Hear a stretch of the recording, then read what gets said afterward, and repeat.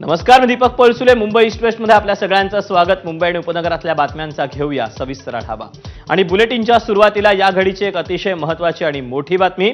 मुख्यमंत्री देवेंद्र फडणवीसांच्या वर्षा निवासस्थानी भाजपा आमदारांची डिनर डिप्लोमसी पाहायला मिळते. मुख्यमंत्री फडणवीसांनी भाजपा आमदारांशी संवाद साधलाय.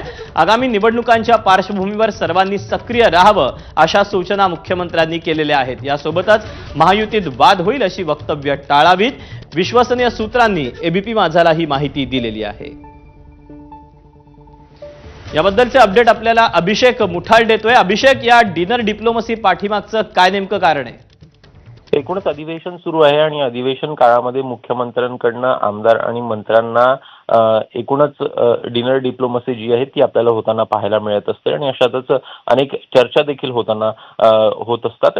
आता महायुतीमध्ये सध्याला मोठ्या प्रमाणात वाद जे आहेत ते आपल्याला होताना पाहायला मिळतात आणि ते कुठेतरी वाद होऊ नये यासाठी वक्तव्य जी आहेत ती टाळावीत. सोबतच जे वादग्रस्त वक्तव्य करणाऱ्यांना जे आमदार आहेत आणि मंत्री आहेत त्यांना या संदर्भात वरिष्ठांकडनं स्पष्ट सूचना देण्यात आलेल्या आहेत.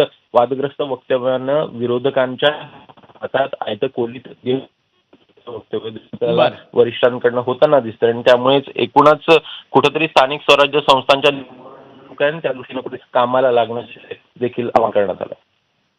अभिषेक, धन्यवाद दिलेल्या सविस्तर माहितीबद्दल. शाळांमध्ये त्रिभाषा सूत्र हिंदी शिकवण्याचा मुद्दा, यावरून गेल्या काही दिवसात राज्याच्या राजकारणात चांगलंच रणकंदन माजले.